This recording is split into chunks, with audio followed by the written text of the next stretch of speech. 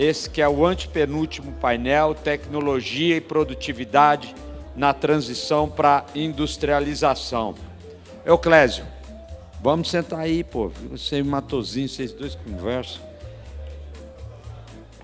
Como eu disse, última rodada. E a gente está contando com 4 grandes personalidades do setor. Marcos Galindo, que é diretor de comissões de materiais e tecnologia do Sinduscom Bahia. Beda Barcoquebas, que é professor adjunto da política da Pontifícia Universidade Católica do Chile, vai nos trazer a experiência de lá.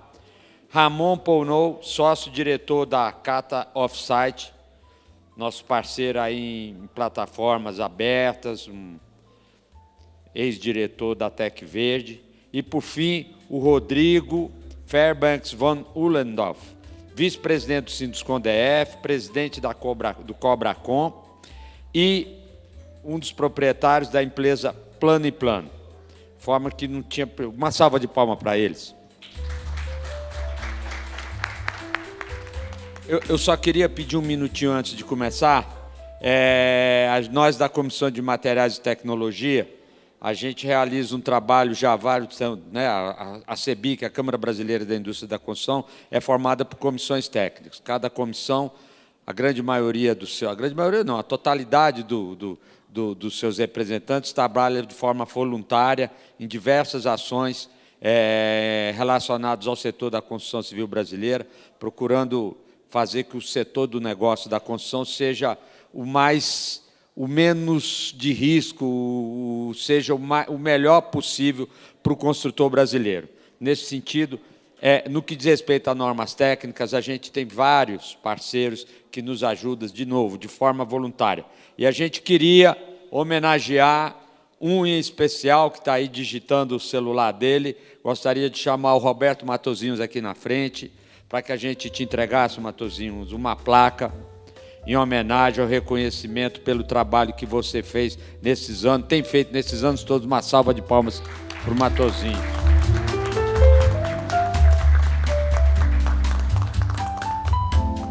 Pega agora o papel aqui.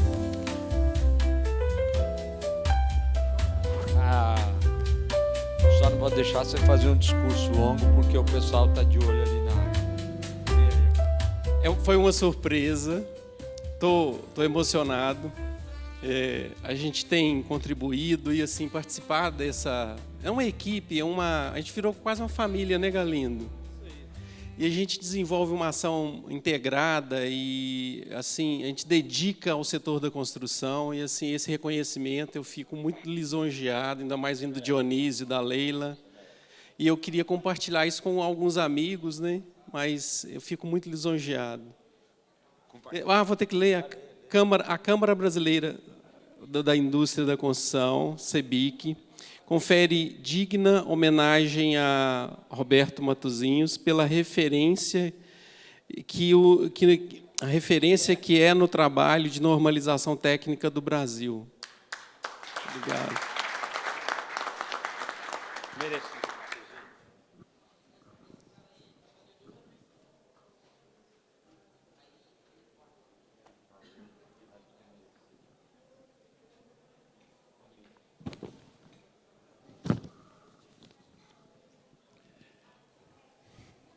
Bem, boa tarde a todos. Nosso painel hoje é sobre tecnologia e produtividade na transição para a industrialização.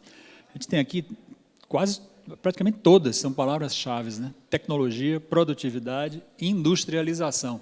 Mas acho que o aspecto que a gente quer abordar hoje aqui está na palavra transição. Então, essa migração, essa mudança dos métodos da construção para métodos mais industrializados, né, de pré-fabricação, ela envolve uma evolução em cada empresa, né? Num dos painéis eu falei, eu mencionei que cada empresa sabe o estágio em que está. Mas todas devem, e cada uma está num estágio diferente, mas todas devem ter um rumo, ter um objetivo de ir fazendo essa transição em direção a sistemas pré-fabricados, a ter cada vez mais da obra feito fora da obra, né, feito off-site, reduzindo os tempos de execução em obra, a quantidade total de homem-hora no canteiro, de forma a progredir em ganhos de produtividade.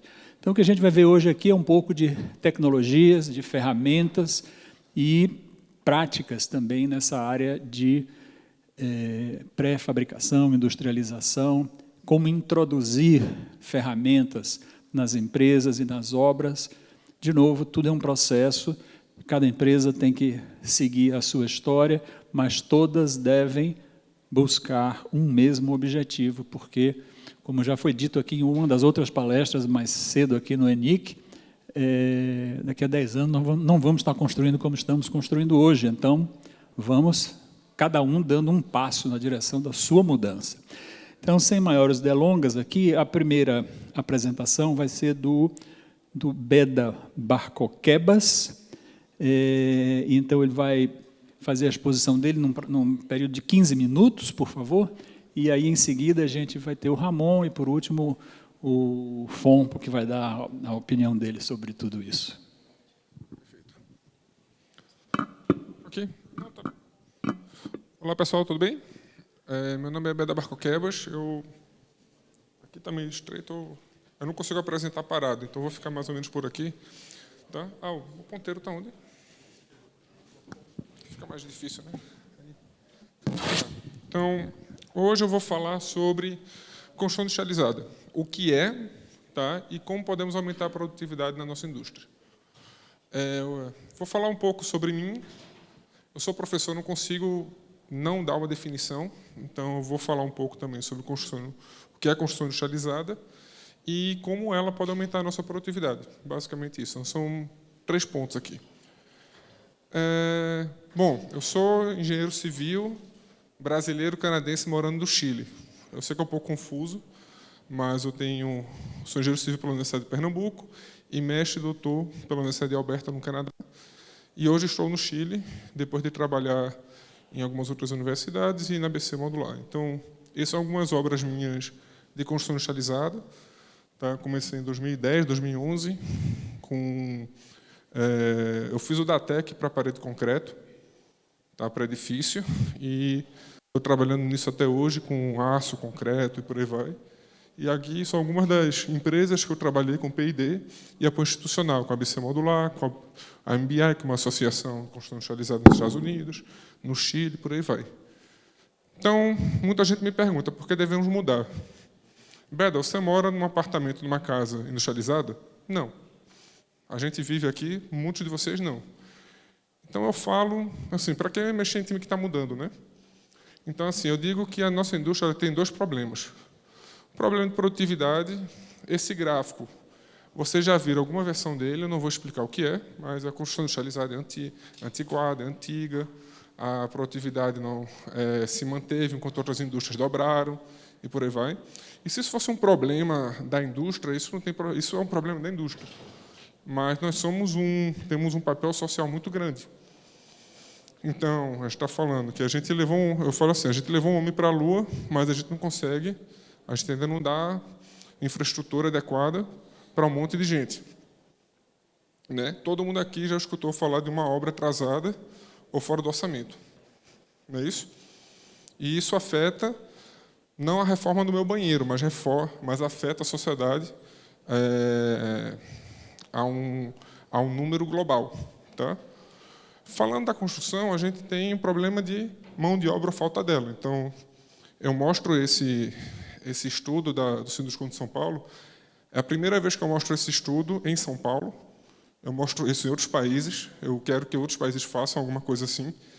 Mas a verdade é que a indústria da construção ela não é atrativa. Né? Então, a maioria das pessoas entrou em construção porque tem algum parente ou porque teve que entrar.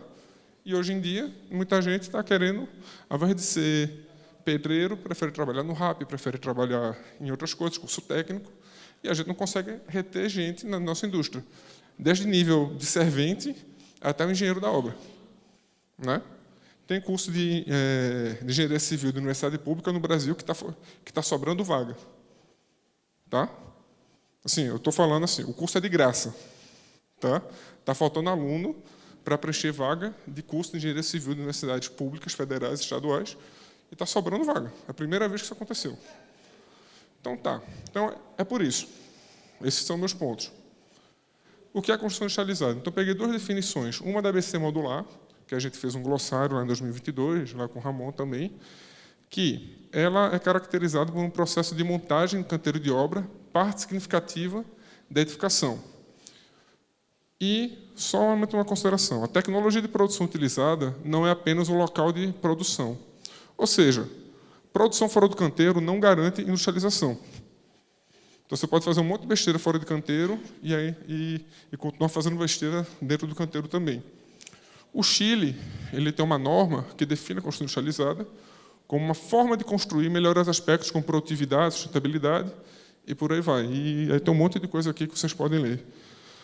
As mensagens que eu quero falar aqui primeiro, não depende de materiais. Quando eu vinha para o Brasil, quando comecei a voltar para o Brasil para dar palestra, a pessoa me perguntava, Beda, você é um cara de madeira, ou você é um cara de aço, ou você é um cara de pré-moldado. Eu falava, não, na verdade, eu trabalho com madeira, você está vendo meu trabalho com uma empresa de madeira, mas eu trabalho com aço. Eu, na verdade, comecei em concreto. Né? E não necessariamente é pré-fabricação também. Pré-fabricação é industrialização? Sim. Industrialização é pré-fabricação? Não. Ok? Então, isso são alguns exemplos de alguns projetos que eu trabalhei. Sem áudio, por favor, mas tudo bem. Então, assim, isso aqui são alguns exemplos, tá, de projetos que eu trabalhei, módulos, banheiros prontos, painéis de madeira, forma de alumínio, por aí vai. E eu queria perguntar uma coisa a vocês. Usar o QR Code, por favor. Baseado no que eu conversei, ao que vocês assimilam construção industrializada? O que vem à mente?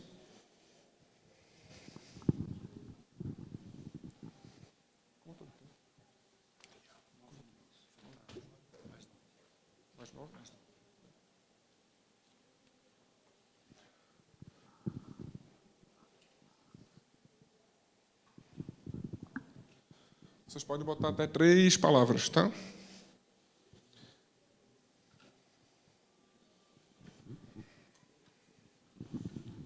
Tá, então, produtividade, eficiência, sustentabilidade, modernização, agilidade, eficiência, off-site.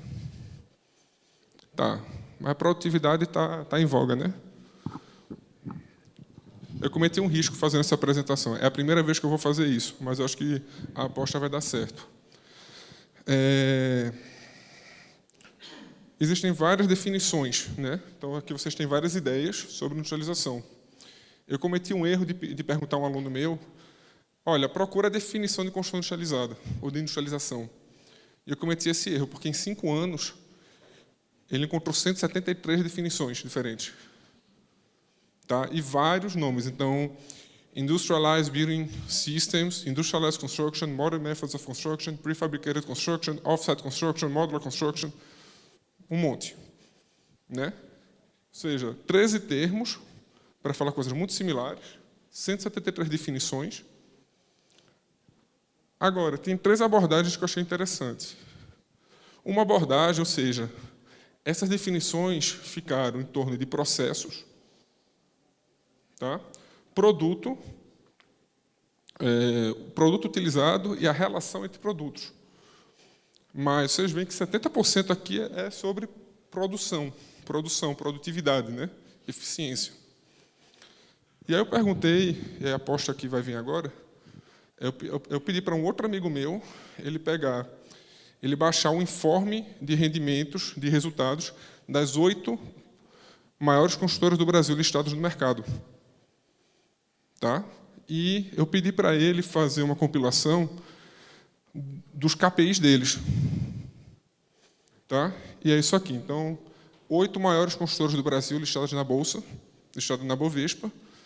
Ele pegou o informe de resultados, e aqui é o quanto aparece.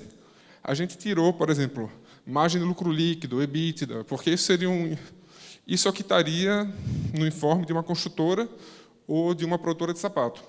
Né? Eu quis pegar assim, quais são os KPIs relacionados aos resultados deles, entendeu? Independente de ser a parte contábil. E aqui, isso aqui foi o que apareceu. Então, unidades entregues, unidades lançadas, VGV lançado, estoque total, velocidade de vendas, land bank. Vocês percebem que isso aqui ele está falando de produção.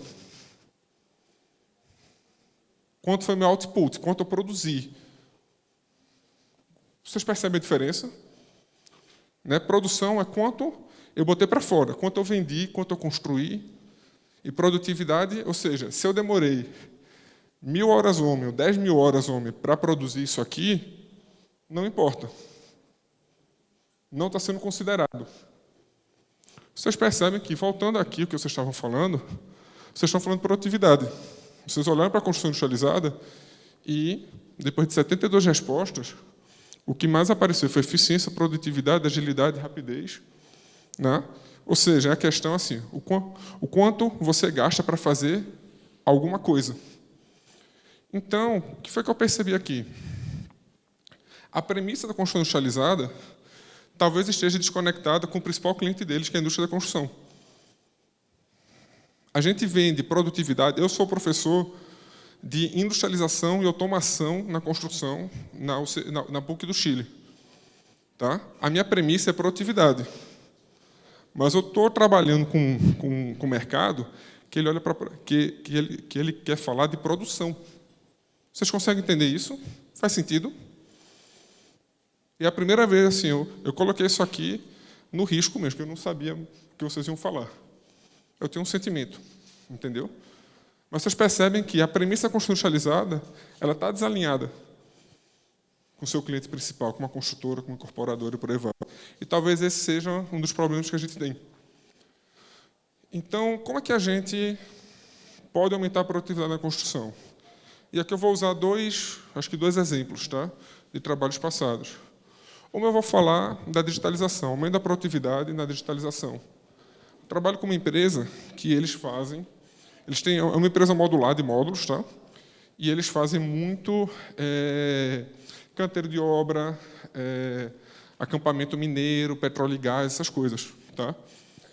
Por ano eles fazem cerca de 800 licitações, participam de 800 licitações por ano. E eles têm o que a gente chama de produto de prateleira. O que é um produto de prateleira? Isso aqui é um módulo de obra, é um módulo de escritório de obra. Tá? Eu quero escritório, o cara me manda esse módulo, ele está feito, o projeto está feito, tem até estoque. Agora, se eu quiser 5 escritórios, eu vou ter que abrir um painel aqui, fazer uma abertura aqui, entendeu? Para conectar os dois escritórios, tirar uma porta, então... Aí eu tenho que começar a modificar. Quanto mais eu modifico o meu modelo, menos competitivo eu fico, porque eu já tenho, muitas vezes, um módulo pronto, um projeto pronto, só plug and play. Né? E, além do mais, eu tenho a NR18, 24, Corpo de Bombeiros, fuga de rota de fuga, né? Que eu não posso colocar um projeto fora de norma. Então, basicamente, isso é um projeto, junto com a Universidade de Pernambuco, que muitas vezes eu tenho que transformar um desejo de um cliente em uma solução construtiva. Tá? Então, como é que a gente pode fazer isso? Isso aqui é um vídeo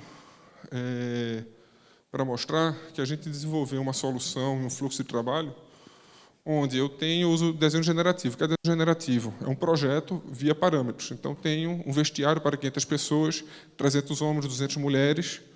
Tá? Tem alguns outros parâmetros que o meu cliente ele quer. E eu gero várias soluções. E o meu algoritmo está trabalhando para fazer 2 coisas. A primeira, reduzir a área de construção, tá, para eu ser mais competitivo na minha licitação. E a segunda é minimizar a customização dos projetos de prateleira que eu tenho. Então, eu quero diminuir as mudanças que eu tenho em base aos meus projetos originais. Eu gero esse layout, e aí eu utilizo já uma outra ferramenta para gerar esse modelo dentro do Revit. Tá? Porque com o modelo paramétrico, eu tenho AutoCAD, com o modelo paramétrico eu posso gerar os meus quantitativos, tá?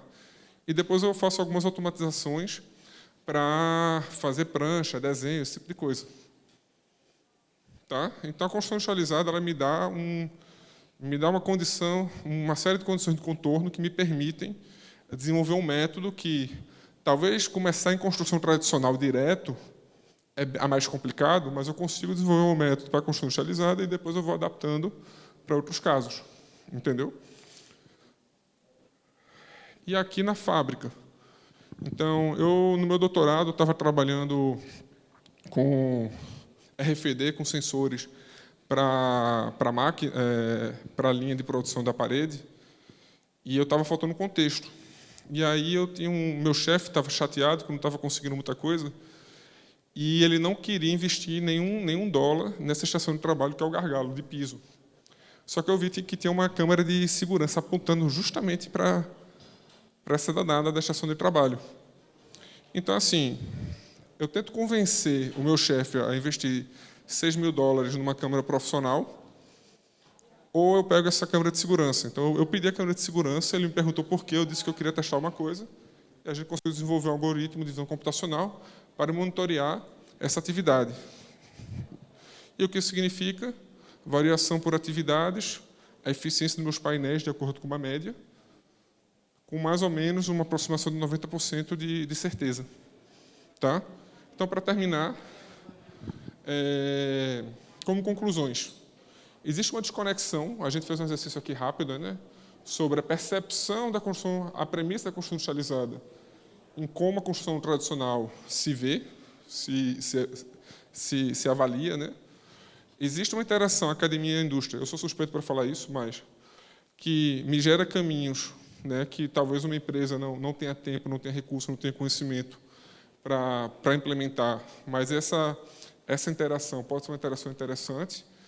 E a gente adaptando esses métodos, desenvolvendo para a construção industrializada, eu gosto de pensar que um dia eu vou estar adaptando isso para outras condições, tal como a construção tradicional. E aí a gente pode aumentar a construção a produtividade, não só pela industrialização, mas também pelos outros sistemas tradicionais que nunca vão parar de existir. E seria isso. Muito obrigado.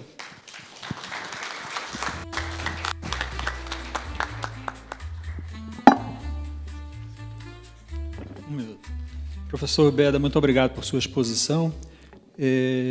Bom, fica bem claro que realmente o caminho para a industrialização ele percorre muitas etapas de transição mesmo, né? de progressão, né? De um ponto A para um ponto B e assim sucessivamente. Mas as possibilidades de interferência e de impacto nos projetos e na construção são inúmeras as possibilidades. Então, é uma questão de cada um achar o seu caminho e procurar ver a forma de fazer a sua transição. Para falar sobre isso, como impulsionar essa transição, é que a gente vai chamar agora o Ramon Pownall. Quase, né? Pownall. Bom, tudo bem. Ramon Pownall. E Ramon vai fazer uma exposição justamente sobre essa questão de tecnologias, ferramentas, como impulsionar essa transição para a construção industrializada. Vamos lá. Perfeito. Boa tarde, pessoal.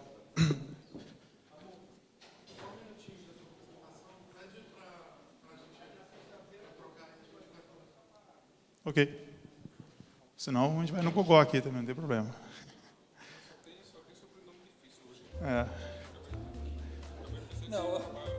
Mas eu vou, né, em respeito ao tempo de todo mundo, eu acho que já vou começar a apresentação, de qualquer forma, fazendo um gancho. Foi mais rápido que eu. Aproveitar, né, a apresentação do Beda já fez um gancho, porque eu vou dar essa continuidade de falar dos ganhos de produtividade que impulsionam a transição, porque no final das contas nós precisamos trazer, por meio da competitividade, por meio da produtividade, trazer competitividade para atrair mais interesse, mais investimentos, né? Tem uma vantagem competitiva, porque essa transição não é simples. Já tivemos vários painéis que abordaram barreiras, meios de transpor essas barreiras, e aqui a gente quer mostrar que, uma vez transpostas, quais são, né, os benefícios que a gente consegue atingir. Mas antes de a gente atingir esses benefícios, a gente precisa fazer uma certa contextualização por onde a gente começa, porque nós temos alguns passos a serem tomados. E, como o Beda trouxe na apresentação, a questão da produtividade e do impacto social do setor da construção, eu queria fazer um paralelo com o que aconteceu em outros setores industriais. Foram as transformações tecnológicas, que alguns dizem que já estamos indo para a quinta, outros dizem que são 4, mas foram elas que impulsionaram esses grandes impactos sociais, né, no modelo de consumo desses setores, falando de outros setores manufatureiros, resolução de problemas sociais, dando mais acesso à tecnologia, mais acesso a produtos, barateando produtos, melhorando a qualidade, a confiabilidade desses produtos. E do ponto de vista do impacto industrial, aí entra também o tema da sustentabilidade, produtividade e das melhores condições de trabalho. E aqui, sem, né, a metodologia acadêmica do Beda, mas com a minha liberdade de mercado de fazer uma interpretação sobre essas revoluções industriais e o paralelismo delas em relação a como se movimentou a indústria da construção nesse mesmo período.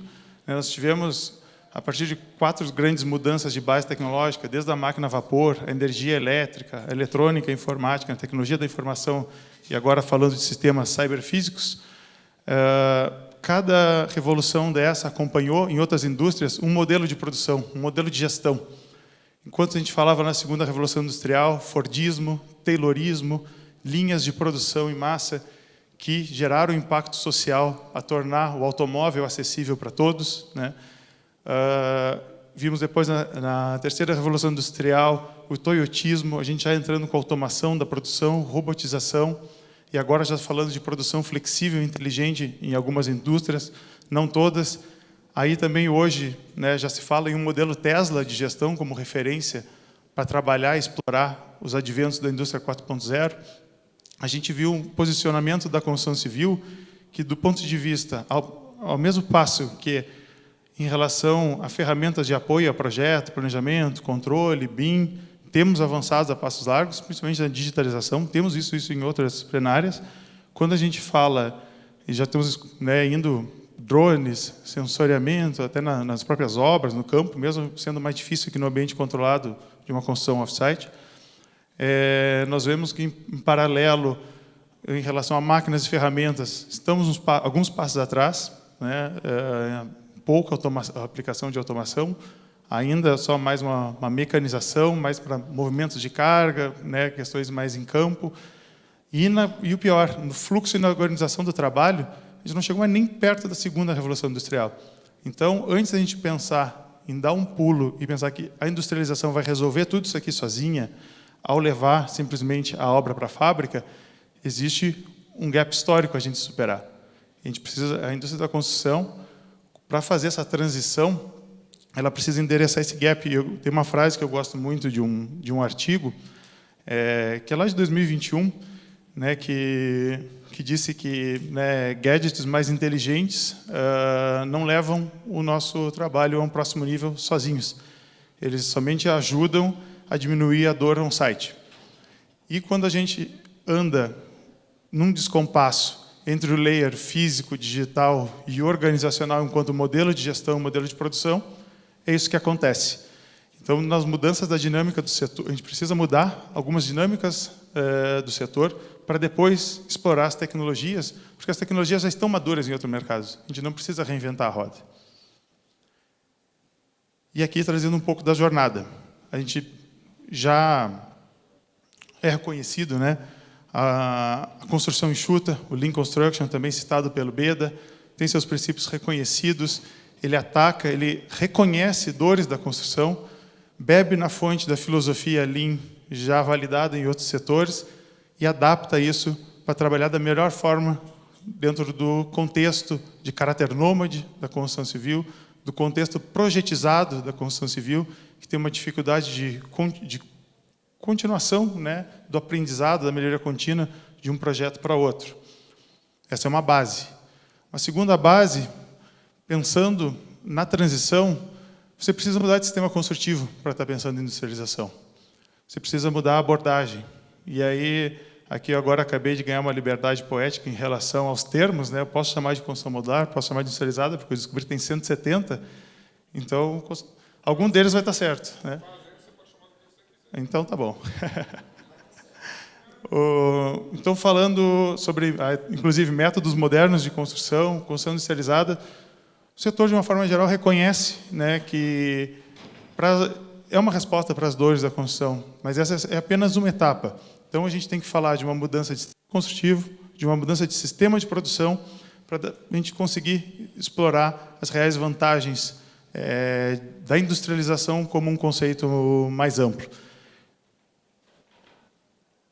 Mas esse é vamos dizer, um tema difícil de endereçar, né? Quando a gente fala de sistemas construtivos e a gente analisa o contexto nacional, existem alguns sistemas construtivos inovadores, alguns agora até que não são mais inovadores, né?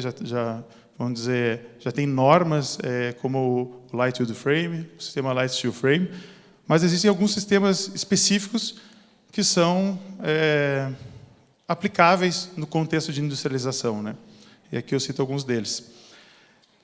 E dentro dessa transição, quando a gente trabalha a construção modular, mas somente nesse aspecto de construção modular off-site, trazendo ela para dentro simplesmente sacando a construção do canteiro, a gente tem incremento de produtividade, tem um pequeno incremento? Tem. Mas eu garanto que ele não cobre os custos fixos de uma fábrica, tampouco o custo logístico que é adicionado. A gente sai do caráter nômade, a gente resolve a questão de intempéries, tem condições de trabalho um pouco melhores, ainda que não sejam seguras, né, simplesmente por estar no lugar, mas do ponto de vista de fluxo de trabalho, é aquele gap que eu estava falando, né, de modelo de produção, continua com um arranjo de trabalho muito similar ao on-site, não explora o potencial do ambiente de trabalho, né? E a eliminação, somente de alguns desperdícios inerentes ao trabalho on-site, às movimentações de materiais. E aí a gente entra com o contexto de manufatura enxuta, e abordando a industrialização nesse caminho, e aí é uma mudança de mindset, uma mudança de modus operandi. Demanda uma integração a nível de cadeia produtiva, de todo o ciclo de vida do projeto, que aí já começa a deixar de ser projeto. A gente começa a falar de produto e começa a falar de plataforma de produto, que é uma das pautas, né, importantes que o CEBIC vem puxando. E é uma base fundamental para evoluirmos daqui em diante. Dentro desse contexto de manufatura enxuta, aí a gente começa a ter outros saltos de produtividade. E não estamos falando ainda de inteligência artificial, não estamos falando de mecanização, não estamos falando de automação. Estamos falando de resolução de fluxos, simplificar, eliminar desperdícios para depois pensar em automação. Com foco de retirada de restrições, a gente olhando sempre para método, matéria-prima, mão de obra, retirada de todas as restrições, para que a mão de obra tenha o máximo possível de parcela de agregação de valor no decorrer de suas atividades, a gente sim já consegue ter um salto de produtividade minimamente por organização de processos. Pensando em organização de layout, postos de trabalho, rotas de abastecimento, trabalho padronizado, isso começa a jogar um desafio de engenharia, de planejamento, de balanceamento de produção alinhado com a harmonização de demanda, que é o que a gente vem trabalhando também nesses grupos, nas oficinas, sobre plataforma de produto, e esse planejamento e controle da produção.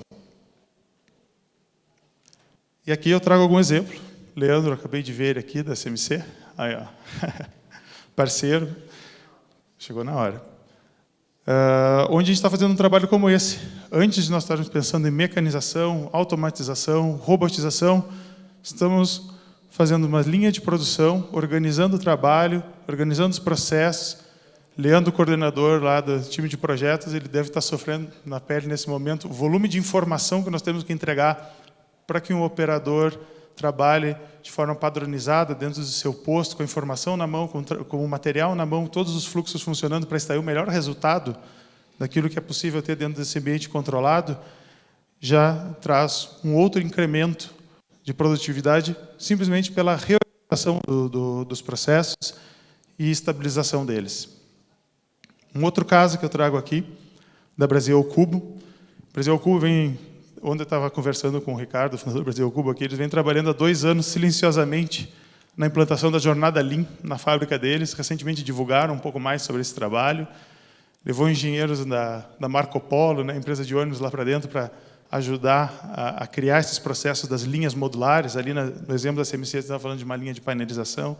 Aqui, falando de um exemplo de uma linha em fluxo contínuo modular, ainda sem mecanização, sem automação, sem sensores, sem indústria 4.0, mas está fazendo todo esse trabalho de base para que seja possível chegar lá, com a organização das atividades por postos, células de submontagens, atacando caminhos críticos, para deixar os modos mais estabilizados, fazendo banheiros modulares que têm tempos de ciclo superiores, para conseguir fazer um trabalho em linha.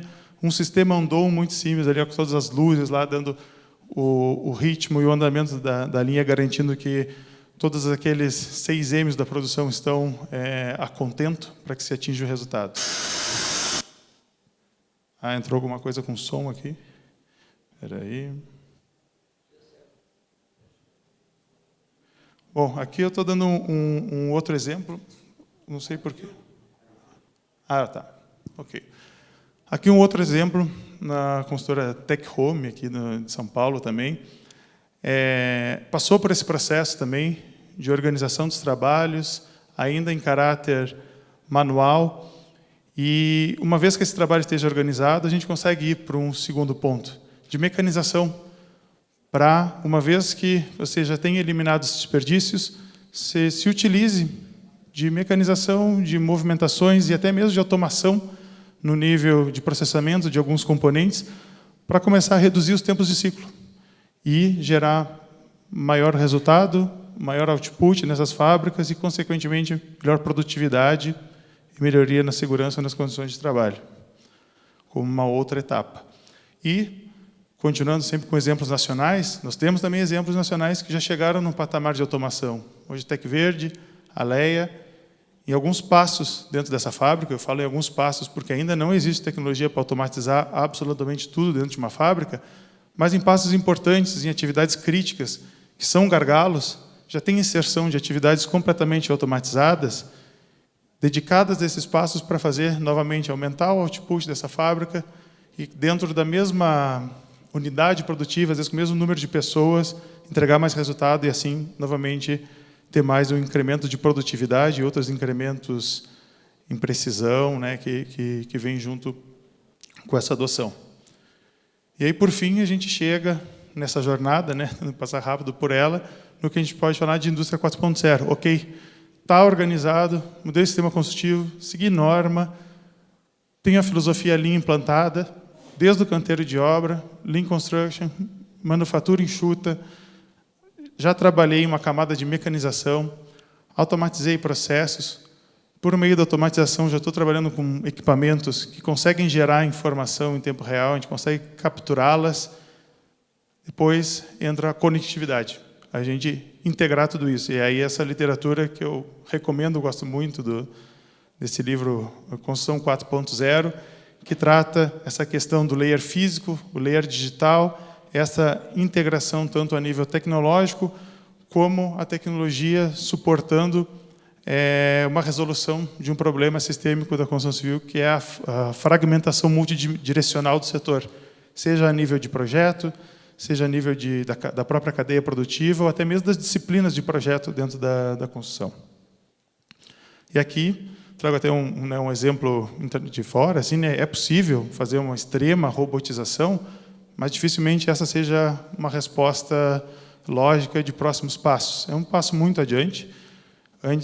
A recomendação é fazer um processo estruturado para que a gente consiga, sim, trabalhar com esses princípios de indústria 4.0, que são muito aderentes e têm uma convergência tecnológica com a industrialização da construção, são mutuamente benéficos. A industrialização dá um contexto propício para a indústria 4.0, que potencializa o resultado da industrialização.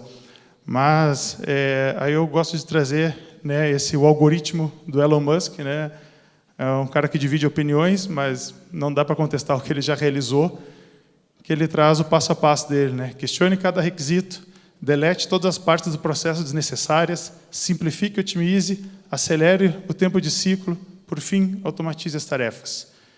Esse é o mindset que eu acredito que seja bastante aderente com a nossa situação, para a gente estar pensando nessa jornada da industrialização e utilização das tecnologias que já estão disponíveis no mercado. E, por fim, deixo um convite, agora fazendo minha propaganda, né?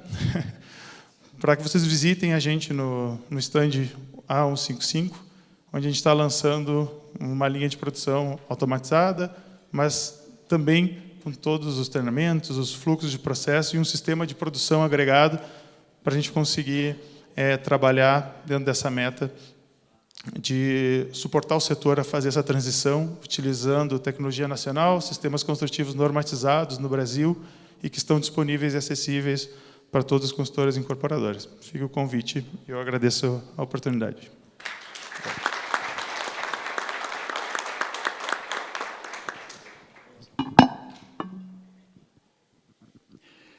Excelente, Ramon. A gente observa que há muito chão pela frente nessa questão da industrialização mesmo, né? Ou seja, de construção dentro da fábrica de maneira mecanizada mesmo, sequencial, produção de painéis e etc. Né? Então, muito vai ser necessário em termos de equipamentos, mas antes, muito antes disso, de mentalidade, né? Como você falou, mudança de mindset, cada um tem que se preparar para fazer a sua transição, a sua inovação na forma que entender que é melhor, mas existirão aqueles que vão querer já ir para essa etapa mais industrializada. Tudo depende do porte da empresa, do seu volume de produção, a que tipo de produto se dedica. Então, são muitas circunstâncias, muitos fatores que vão determinar o caminho de cada um. O fato é que as ferramentas existem, e como o professor Beda mostrou, uma solução com base em um projeto generativo, não é isso? Então, é um tipo de solução para situações em que você encontra uma multiplicidade de possibilidades e, às vezes, é humanamente impossível você exercitar cada uma delas. Então, existe ferramenta para isso no campo do projeto.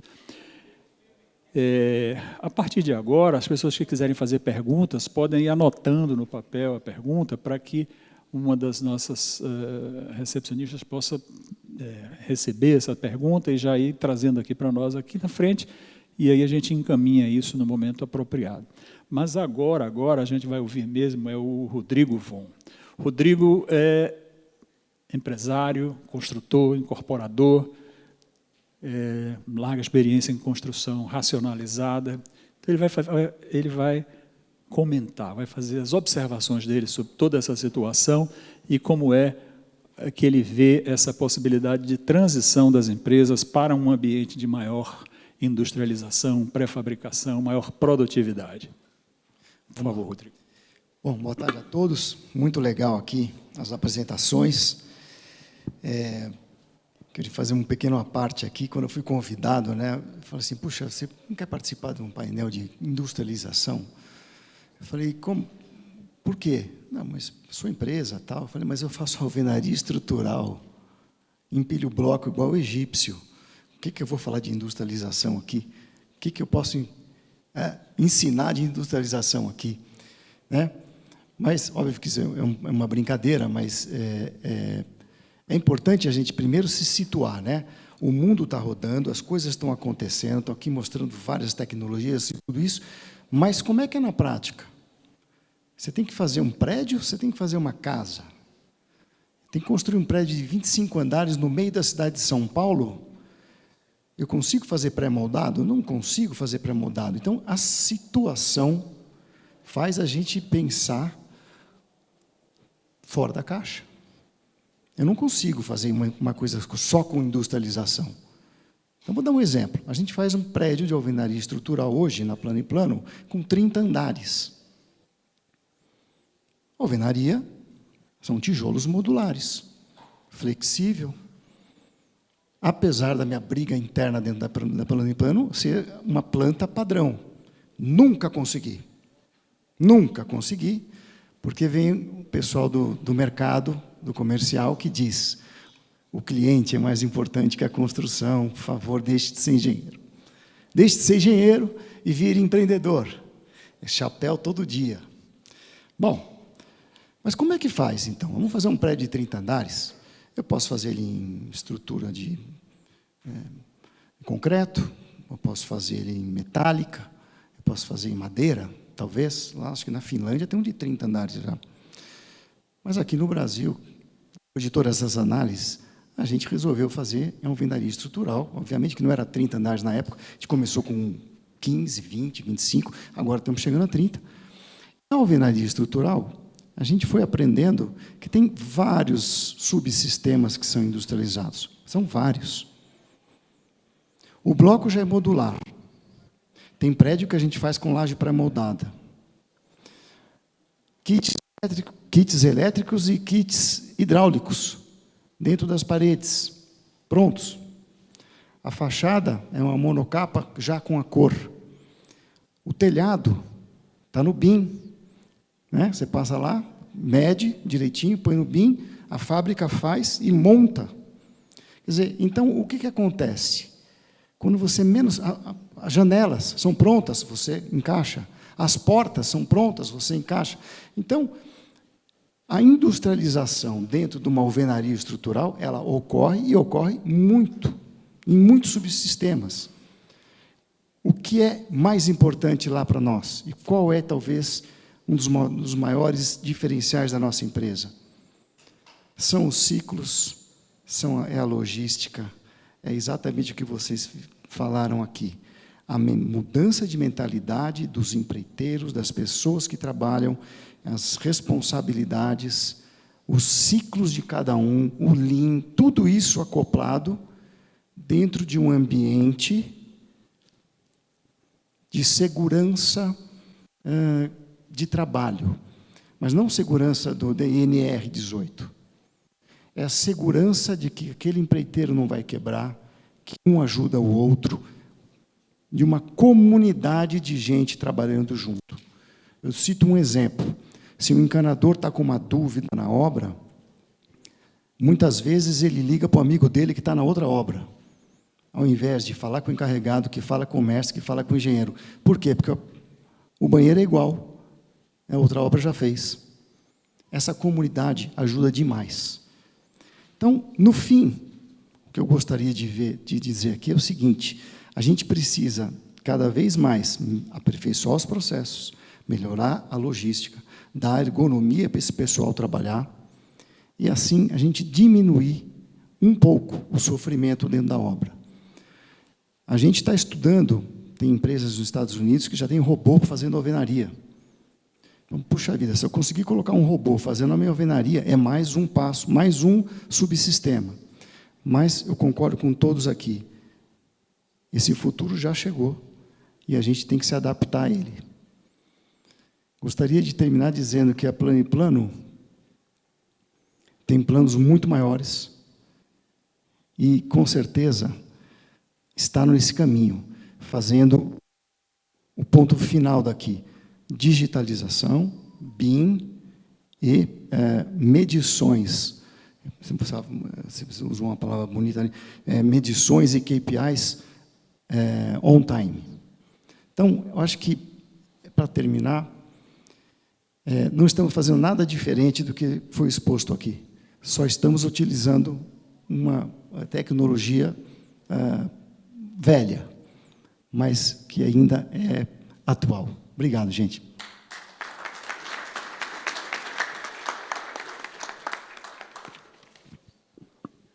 Obrigado, Rodrigo. Em poucas palavras, o Rodrigo mostrou que é possível ter uma construção racionalizada e que traz em si já vários componentes da construção industrializada. Trabalhar com o bloco de forma modular, com a alvenaria toda planejada, com a inserção de kits hidráulicos, elétricos, tudo isso demanda muito planejamento, muita preparação. Fazer um edifício de alvenaria estrutural de 30 pavimentos não é brinquedo, não. E se está fazendo é porque progrediu já muito, já transitou muito em termos de evolução. Cada empresa tem que seguir o seu caminho, o seu rumo, identificar onde é que está e ir para o próximo passo. Ter um rumo, ter um objetivo, ter um direcionamento. E a escolha da Plano & Plano é clara, mas também ele deixou claro que tem sonhos maiores, tem progressão a fazer ainda para frente. Então, isso é o que é importante aqui para todos nós, né? Uma coisa é a gente apresentar as ideias, o estado da arte de determinadas tecnologias, outra coisa é fazer e como fazer. Como é que vai fazer na vida de cada um, na empresa de cada um. Mas existem caminhos, e os caminhos são muitos. Isso é o que fica claro aqui. Mas um objetivo é igual para todos, né? Obter ganhos de produtividade, caminhar em direção a obra cada vez mais racionalizada, pré-fabricada, industrializada, o máximo possível, mas aí dentro do caminho de cada um. As técnicas e tecnologias existem, estão à disposição de todos. Eu gostaria de abrir agora para perguntas. Então, quem tiver alguma pergunta para fazer, se não tiver, a gente vai começar por aqui. Então, eu vou perguntar a Ramon. Ramon, objetivamente, o que é que a Cata vende, hein? Estou fazendo uma pergunta que pode estar na cabeça de um bocado de gente aqui. Não, bom, obrigado por fazer essa pergunta primeiro, né? Bom, basicamente, a gente reconhecendo também, né, como você bem observou agora, os limites que nós temos em relação à tecnologia construtiva, que precisam andar em conjunto com as tecnologias, o mindset de industrialização, as tecnologias de produção, a gente desenvolveu um sistema de produção que a gente chama Turnkey, que é chave na mão, um sistema de produção completo para que construtoras e incorporadoras possam fazer essa transição por meio de uma solução que, num primeiro momento, parece que são só máquinas e equipamentos, né, que é o que é mais visual, assim, né, você enxerga o impacto, você vê produzir, mas, em conjunto, toda uma assessoria de instalação e para fazer uma fábrica completa, que vai daquelas máquinas e equipamentos Turnkey que chega até o ponto de ter, sei lá, a ponte rolante que vai fazer a expedição, a célula que vai fazer chicote elétrico, hidráulico, ainda que seja manual, porque não tem tecnologia para automação disso ainda. Tudo isso de forma integrada e para 2 sistemas construtivos que estão normatizados ainda para habitações unifamiliares, que acaba sendo uma restrição que a gente tem que reconhecer no mercado, a aptidão desses sistemas construtivos para trabalhar a automação, que é o Light to the Frame, Light to Frame. Então, de uma forma bastante sintetizada, é uma solução integrada de sistema de produção, software, hardware, que é um maquinário, e um serviço de engenharia para a implantação dessas fábricas com foco em ganho de produtividade e com uma missão de democratizar o acesso à construção industrializada no Brasil. Muito bem, ficou mais claro. Obrigado. Dionísio, com a palavra.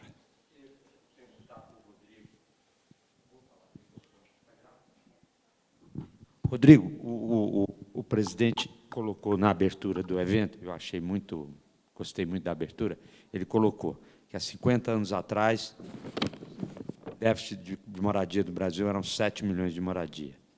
Hoje, 7 milhões. E lançou o desafio para que a gente reverta o quanto antes esse processo. O que a empresa de construção, você é um dos campeões de metro quadrado no Minha Casa Minha Vida, o que você diz para a gente, o que a empresa de construção pode fazer para ajudar a mudar esse cenário? E eu queria...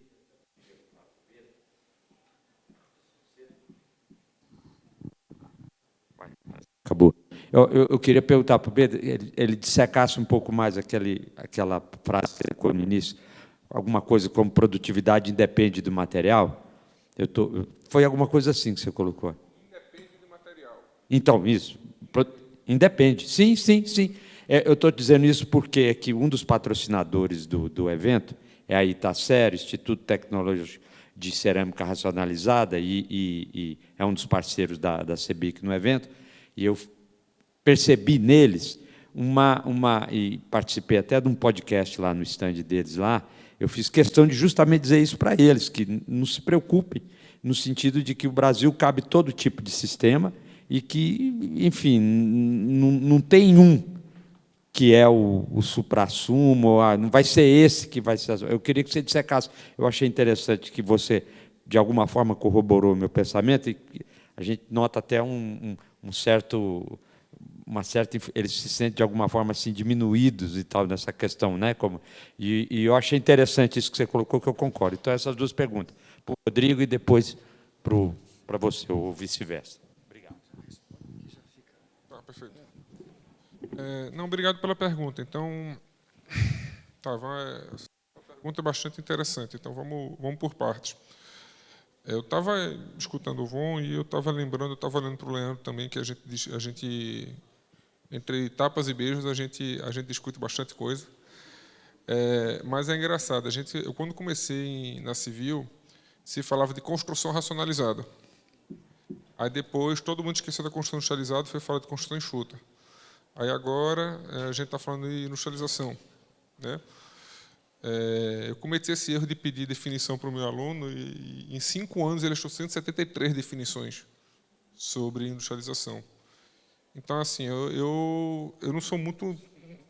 Talvez como professor eu deveria ser mais preocupado com o nome, com a definição e esse tipo de coisa, mas eu acho que se as pessoas imprimem um pensamento fabril, pensamento, não estou falando de você pré-fabricar, né? Isso já é um tipo de industrialização. Então, por exemplo, a alvenaria racionalizada, essa questão do material, que não depende do material. O melhor exemplo que eu tenho é aqui do Brasil. Aqui em São Paulo se faz muita obra com bloco cerâmico, com bloco de concreto, e em Recife com bloco cerâmico. Isso não quer dizer que o paulistano adora concreto, adora agregado de concreto, que o pernambucano dorme com tijolo e argila. É porque é uma disponibilidade de material, né? Vocês não vão trazer argila de Pernambuco para cá e eu não vou pegar agregado de São Paulo para levar para lá.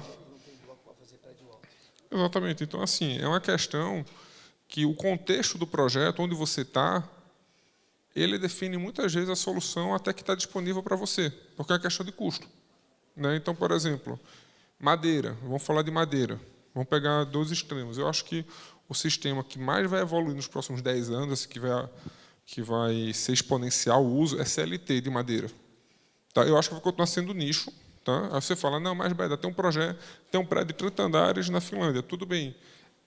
É um projeto subsidiado. Altamente subsidiado. E eu acho que tem que subsidiar mesmo para desenvolver a tecnologia para você passar outro passo. Mas a gente tem que... O que a gente está falando aqui? Economia de escala, assim, um impacto direto para amanhã, para a gente aplicar amanhã na indústria, ou a gente falar de um desenvolvimento de material, de uma nova tecnologia. Eu acho que a gente está falando dos dois. Eu acho que aqui a gente está falando dos dois, e aqui é o fórum para falar dos dois.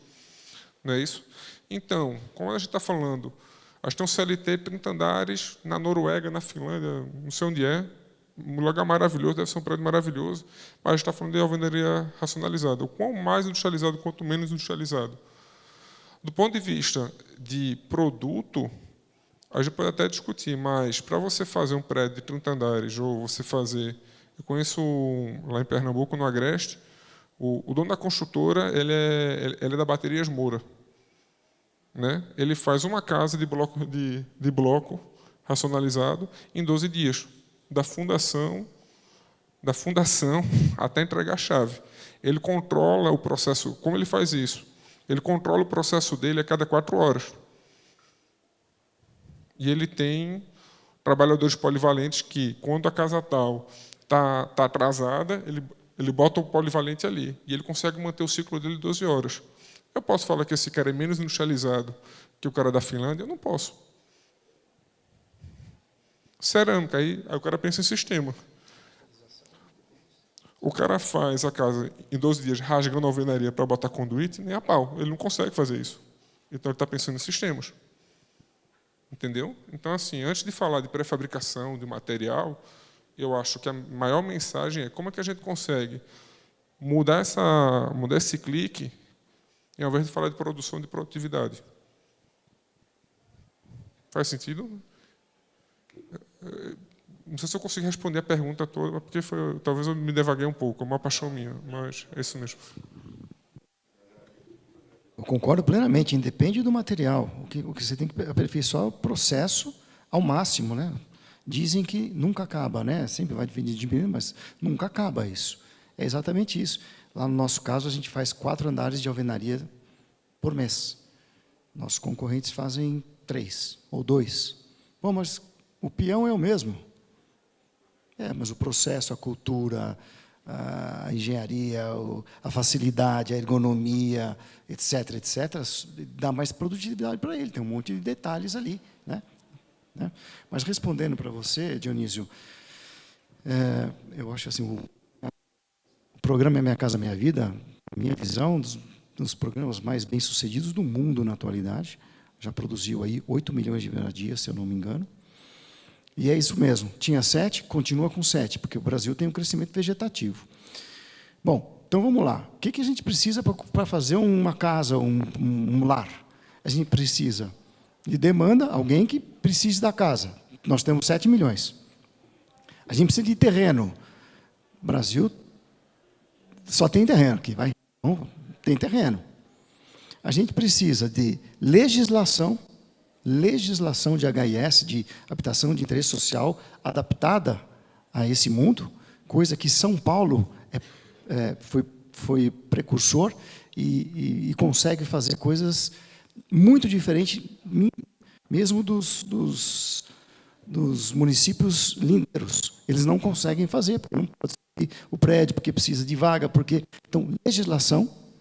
Terceiro ponto, a gente precisa de funding, dinheiro. O dinheiro do FGTS, ele tem um orçamento quadrianual, para vocês terem uma noção. No governo anterior, era de aproximadamente 60 bilhões por ano. Neste ano aqui, será 120 bilhões. Então, política. Precisa de uma política pública de habitação social. Material a gente tem, engenharia a gente tem, industrialização, gente. Eu acho que isso aí acaba sendo alguma coisa que você resolve. Então, voltando. Espaço, demanda, dinheiro e vontade política. Essa é a minha opinião. Ótimo, então, obrigado, Rodrigo. Alguém tem mais alguma pergunta? Tenho mais uma. Bom, tem mais 2 perguntas, e com essas 2 perguntas a gente vai encerrar aqui. Quem é que pode pegar um microfone aqui?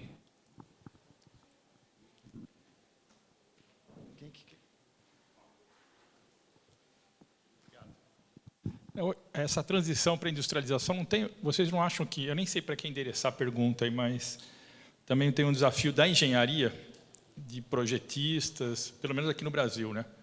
Vocês acham que como que está a engenharia aqui no Brasil para essa transição para a industrialização?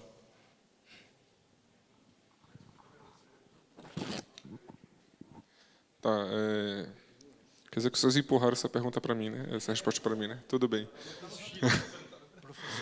Mas vamos lá, assim. Eu quando me mudei para o Canadá, eu trabalhei aqui no Brasil, em Pernambuco, por um tempo. Aí depois eu mudei para o Canadá.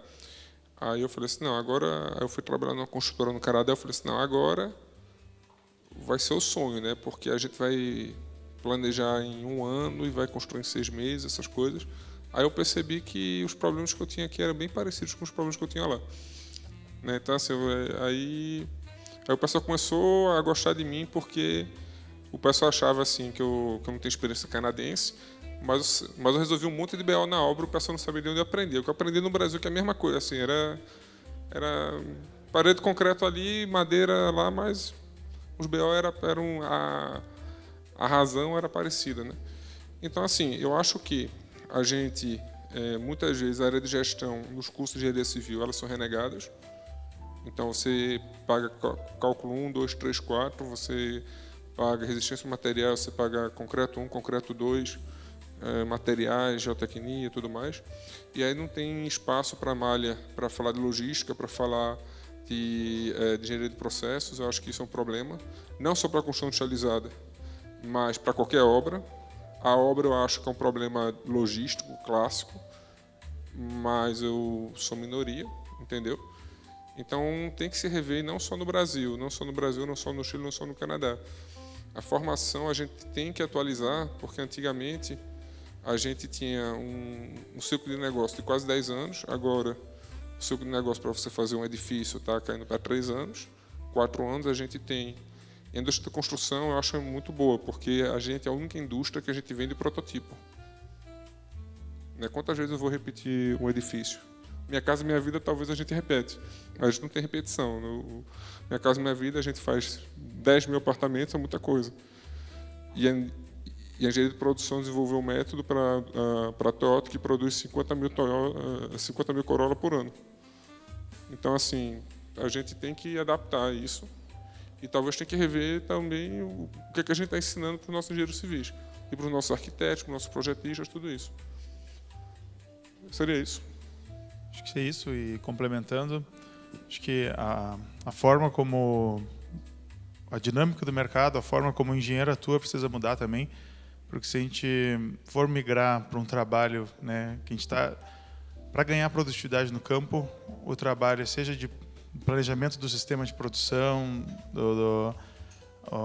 o projeto em BIM cada vez mais detalhado, a informação mais refinada junto com o processo, independentemente de qual que é o sistema, requer mais esforço, mais tempo, mais engenharia do que hoje. E parece que essa conta não para de pé. Você está falando, os cursos de engenharia civil não estão enchendo as vagas, né? A gente não tem a formação completa. Tem um lado que nós temos que resolver, essa questão de grade, de atração, e a outra questão da dinâmica é a forma de projetar. Se hoje a gente projeta para uma única vez, totalmente do zero, que a gente engenheira para o pedido, isso não é sustentável, não é replicável e não é escalável. E aí é que entra uma das pautas, né, da CEBIC, que é a questão de plataformas de produto, que nos permite com que a gente consiga engenheirar de forma mais ampla um conceito, assim como a gente pode dizer que é uma plataforma, né, a solução dos blocos, né, estruturais. Você já tem uma modulação, algo pré-definido. Uma vez que você engenheira e pode trabalhar com a combinação, você começa a ter economia de escopo para conseguir entregar uma informação cada vez mais refinada, mais planejada, e que a gente consiga absorver esses ganhos de produtividade no campo. Obrigado, Ramon. Eu vou ter que encerrar agora, porque já estamos quase 10 minutos além do horário e temos um próximo evento já daqui a pouco. Então, gostaria muito de agradecer ao professor Beda, ao Rodrigo e ao Ramon pelas exposições que fizeram e a vocês que estão aqui presentes até agora. Muito obrigado a todos.